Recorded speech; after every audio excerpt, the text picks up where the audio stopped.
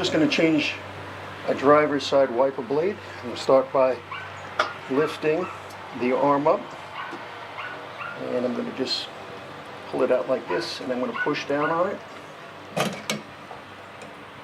and then that just comes off. Now I have the new one, and I just have to lift this tab up like that. Right? We're just going to reverse the process. Just going to put it in like this,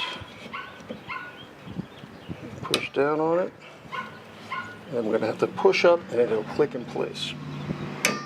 Just like that. We put the tab down, we pull off the protective cover on the blade, and we're done. 1 minute fixed.